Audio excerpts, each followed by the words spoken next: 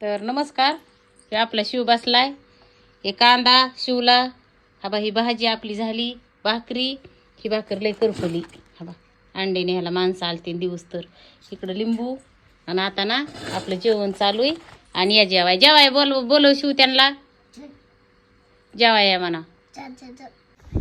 कोण आहे काय किंवा तर नमस्कार भावना बहिणीनो, तुम्हाला दाखविते मी. आपला शिवबा पाया पडतोय, म्हणतोय मला घरी नाही जायचं, इथं झोपायचंय. आता 3 वाजता एक बाई येणार आहे मला हरभर गोळा करू लागायला. आणि हे आता इथं झोपवायचं आहे. इथं गार सावली सगळी आमच्या म्हणजे असं घराच्या भोवतली सगळी गार सावली. हा बाई ही लई लांबूर लांबूर पांगली ही. आणि माझा शिव आता झोपणार आहे. सगळ्या लेकरांना म्हणा उन्हाचं बाहेर हिंडू नका, कुकूचा पुडा खाऊ नका. आणि काय काय काय काय सांग काय. कुकूचा पुडा खायचा नाही, पिपशी खायची नाही. माझ्या शिवला सकाळी वकी झाली आणि उन्हाचं जुजू बांधायचा आणि जुजू मध्ये झोपायचं. ते सगळ्याला सांगा आता. हा लाईक करा, कमेंट करा, सावलीला बसा, उन्हाचं हिंडू नका. सगळ्या बाळाला सांग. तू काय काय करतो? हा कुकूचा पुडा खातो का तू?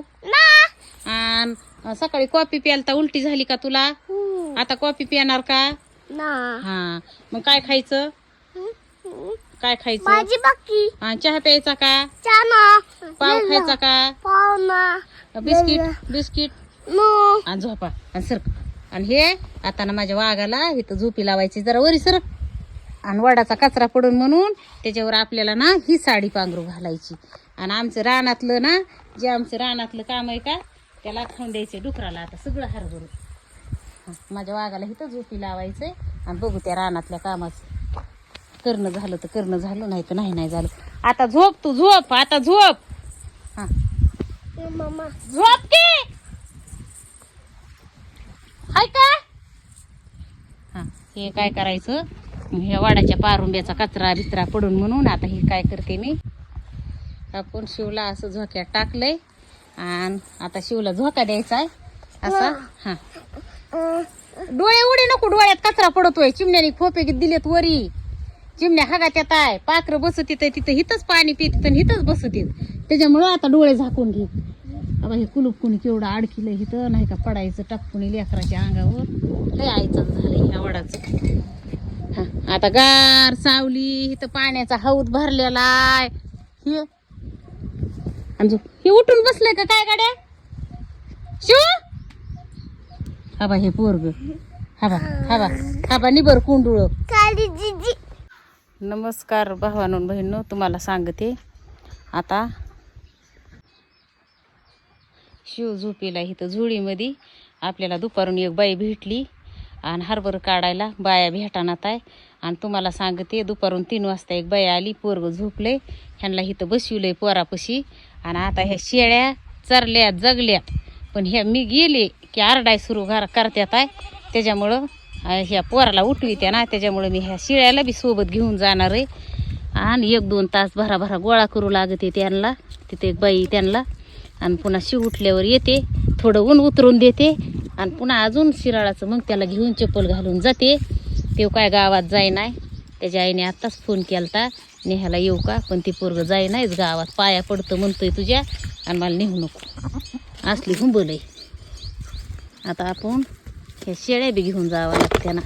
ह्या शेळ्या जगलेल्या आहेत, पण काय होतंय हे एक लई शेड्यावणी करायला लागले. हे करडू लईच गंमत करतंय, नुसतं त्या शिळीला येड लावितय.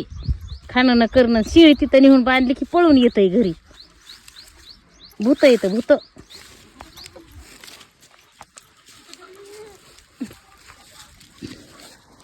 अगं दम की बाई.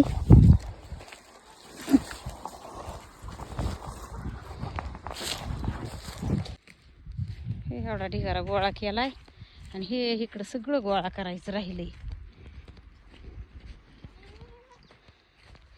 गोळा करायचंय, अजून मळायचंय. पाऊस सांगितला 20 तारखेला का काय. असली लपडी इथून काय वीर हो ना. उग ह्यांना ना बाजार दाखवावा, काही खरं नाही. वैताग आहे वैताग, मरण अलीकड आणि हाव पलीकड.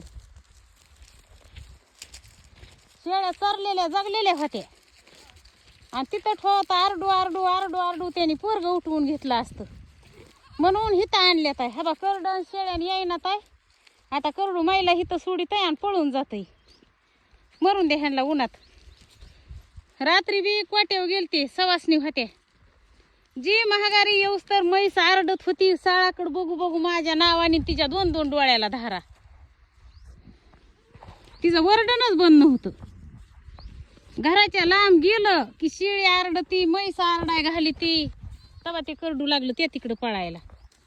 कसे सावलीला बसले होते तर ते दिलंय सोडून. उन्हाचं एक धाडपा कुठं आहे.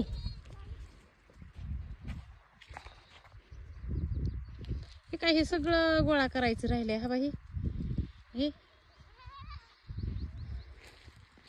कसला उन्हाचा कहार आहे. आता उठत आहे का काय पोरग. त्याला झाल्या उलट्या सकाळी.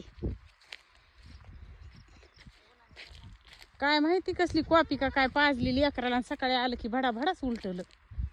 तुम्ही नुसतं मला बांधू बांधू द्या, मी निघून टाकी ती.